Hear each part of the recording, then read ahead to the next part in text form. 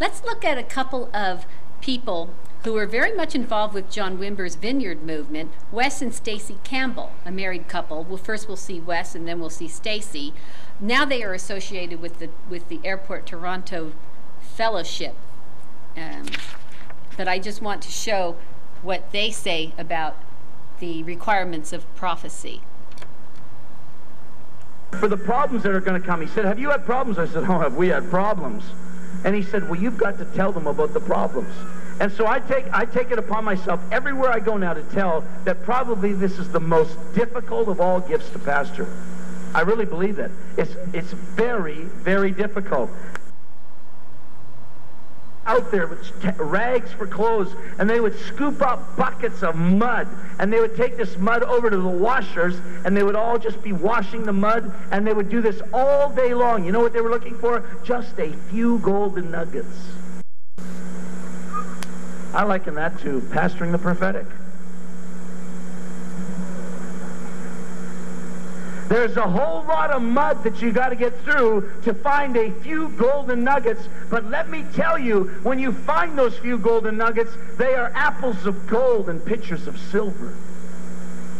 They are God communicating with people where he's coming to tell you his heart. And oh, it just does such a wonderful thing in the hearts of his people. Apples of gold and pitchers of silver. I mean, the scripture says very plainly, you know, where the ox is not in the stall's clean. Now, that's a difficult thing, but it says the harvest comes from the strength of the ox.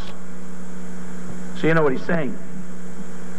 No harvest without the ox, but if you got an ox, there's something left in the stall when he goes out. You know, what do you want? Do you want the mess and the harvest? Or do you want a clean stall and just kind of goes together? And the mess is a mess.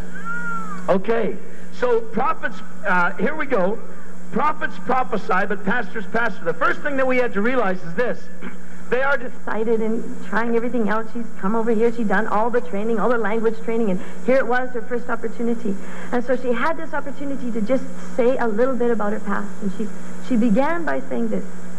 Quand je regarde dans mon derrière, je vois qu'il est divisé en deux parties égales. Which, being interpreted, means, when I look into my behind, I see that it is divided into two equal parts.